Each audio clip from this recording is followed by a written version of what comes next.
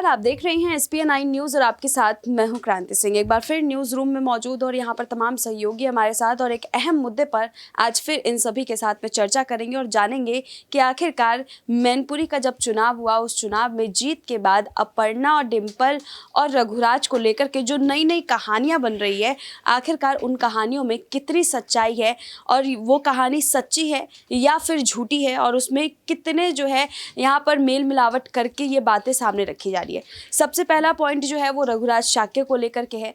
रघुराज शाक्य को लेकर के कहा जा रहा है कि वो समाजवादी पार्टी में वापस आएंगे और ये भी बेस जताया जा रहा है कि उन्होंने समाजवादी पार्टी को लेकर के जो है यहाँ पर प्रचार प्रसार भी किया था और उनके बैकबोन की तरह पर जो है मैनपुरी का चुनाव अपने आप ही वो हारने के लिए और डिम्पल यादव को जिताने की उन्होंने पूरी मेहनत की थी। नहीं तो जिस तरीके से रामपुर में भाजपा की जीत हुई थी, उसी तरीके से मैनपुरी में भी भाजपा की जीत हो सकती थी। तो सवाल यही है, इसी सवाल के साथ अबरार से शुरुआत करते हैं। अबरार जो है हमारे साथ जुड़ चुके हैं। अबरार से सबसे पहला सवाल पूछ लेते हैं। अबरार, जिस तरीके से हम देख रहे थे कि मैनपुरी के चुनाव को लेकर के अब भाजपा ये दावा कर रही है कि जिस तरीके से वो रामपुर का चुनाव जीती है, उसी तरीके से वो मैनपुरी का भी चुनाव जीत सकती थी, क्योंकि दोनों ही जगह पर जो है यहाँ पर डिम्पल यादव कह ले या अखिलेश यादव कह ले, आजम खां कह ले, सबका बराबर का ही दबदबा रहा है।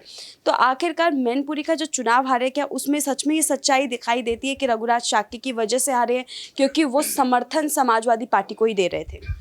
देखिए, दरअसल मैनपुरी का जो राजनीतिक गणित है वो बिल्कुल इस तरीके का है कि वहाँ पर मुलायम सिंह यादव की वजह से भी लोगों का रुझान जो है वो समाजवादी पार्टी की तरफ रहा। उसके बाद अब देखिए कि यादव परिवार ने कभी भी मैनपुरी सीट को जीतने के लिए इतनी ज़्यादा मेहनत नहीं की। यहाँ तक कि कहा जाता था कि जब भी मुलायम सिंह यादव खुद चुनाव में जब हिस्सा लेते थे मैनपुरी सीट से या फिर किसी और को अपनी तरफ से चुनाव लड़वाते थे, तो मात्र नामांकन करवाया जाता था, चुनाव प्रचार प्रसार कुछ भी नहीं। क्योंकि वहाँ पर जिस तरीके का जनता का लगाव था मुलायम सिंह यादव से, वो बिल्कुल ये दर्शाता था पहले ही जब नामांकन होता था उस समय ही कि कहीं ना कहीं जीत यहाँ पर जो है समाजवादी पार्टी की होगी और ये सुनिश्चित हो जाता था। लेकिन आप देखिए कि इस बार जो चुनाव हुए थे बिल्कुल अलग हुए थे। हालांकि आपने जो सारी बातें कही है भारतीय जनता पार्टी को लेकर के, बीजेपी को ये उम्मीद थी कि अपर्णा यादव उस सीट से चुनाव में हिस्सा लेगी, लेकिन अपर्णा यादव ने आखिरी समय पर मना कर दिया, सिरे से उन तमाम बातों को खारिज कर दिया। हालांकि अमित शाह से उनकी लंबी मुलाकात हुई थी, उसके बावजूद भी उन्होंने हामी नहीं भरी।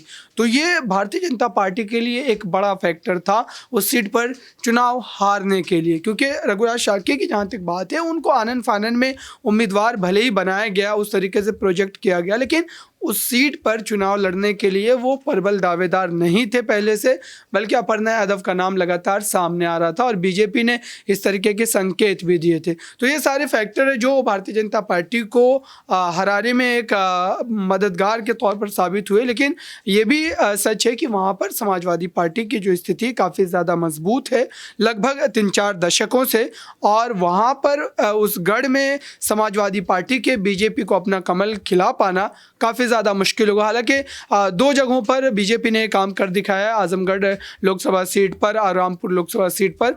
हो सकता है कि मैनपुरी पर भी उस तरीके की स्थिति अगर उसी तरीके से मेहनत जारी रही तो देखने को मिल सकती है। ठीक है, धन्यवाद अबरार। देखिए, यहाँ पर अबरार का सीधे तौर पर कहना है कि अगर भाजपा जो है वहाँ पर कोई और रणनीति के तहत उतरती तो शायद जीत उनके खेमे में आ सकती थी। बहरहाल, अगले सवाल की तरफ बढ़ लेते हैं। दीपक अब हमारे साथ जुड़ चुके हैं। दीपक से जो है अगला सवाल ले लेते हैं।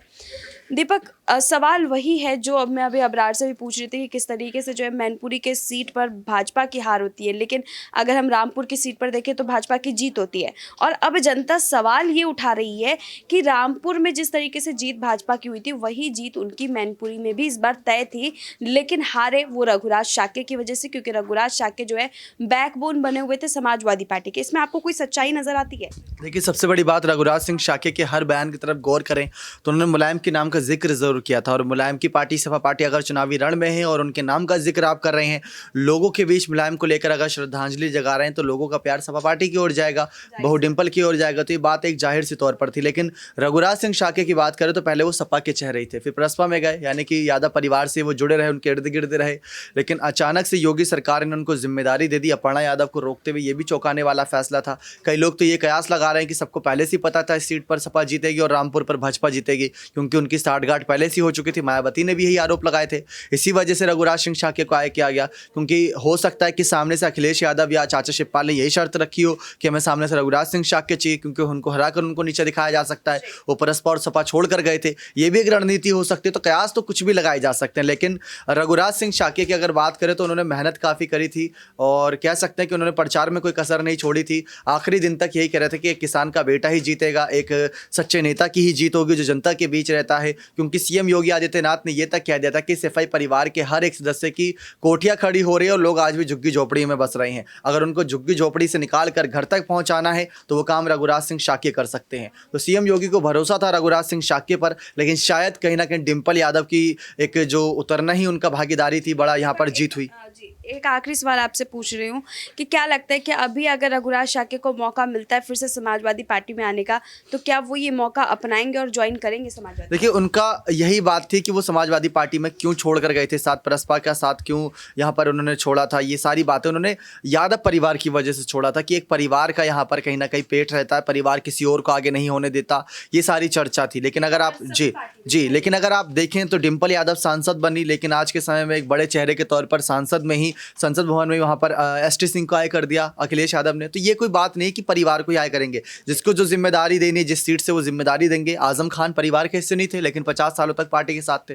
तो समय के साथ बदलाव होता है, लेकिन उस बदलाव में थोड़ा इंतजार होता है। 5 साल में चुनाव होते हैं तो इसका इंतजार हर किसी को करना पड़ता। शायद शाक्य नहीं कर पाए, उन्होंने पार्टी का साथ छोड़ा, बीजेपी में गए, वहाँ हार का मुंह देखा। लेकिन 2024 का ज़्यादा दूर नहीं, वहाँ पर इंतजार करिए क्या खेल होता है रघुराज सिंह शाक्य की तरफ से। ठीक है, धन्यवाद दीपक। देखिए, अभी तक क्या खेल होगा ये किसी को भी नहीं पता, लेकिन ये बात बिल्कुल तय दिखाई दे रही है कि आज जो है इस सियासी संग्राम के बीच में रघुराज शाक्य को लेकर के कई सारे सवाल उठ रहे हैं।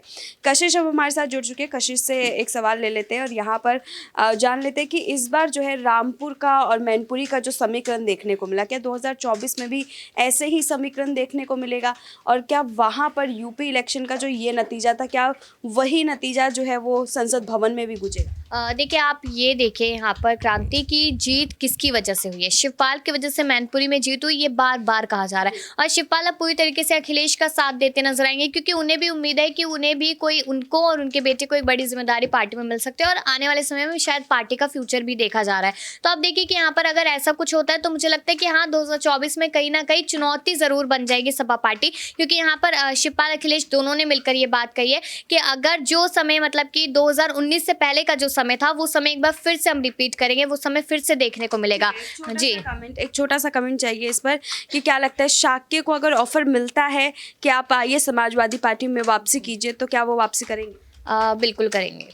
मुझे लगता है इसके पीछे क्या लगता है, क्या रीजन हो सकता है? इसके पीछे यही रीज़न होगा कि जब उन्होंने क्योंकि उनके ऊपर सवाल उठ रहे हैं कि उन्होंने मुलायम सिंह यादव, शिवपाल सिंह यादव के साथ धोखेबाजी की, और मुझे लगता है कि इस दाग को हटाने के लिए वो सपा में ज़रूर वापस जाएंगे। धन्यवाद कशिश। देखिए, सपा में वापसी जाएंगे या नहीं जाएंगे, इसको लेकर के हमारे दोनों सहयोगियों ने जो है अपने अपने तर्क जरूर दिए, लेकिन अब आप लोग के बातों को जानना बेहद ज़रूरी है। तो कमेंट सेशन का इस्तेमाल कीजिएगा, कमेंट बॉक्स में ज़रूर बताइएगा कि आप लोग को क्या लगता है, रघुराज शाक्य समाजवादी पार्टी में वापसी करेंगे या नहीं करेंगे। फिलहाल आज के लिए बस इतना ही।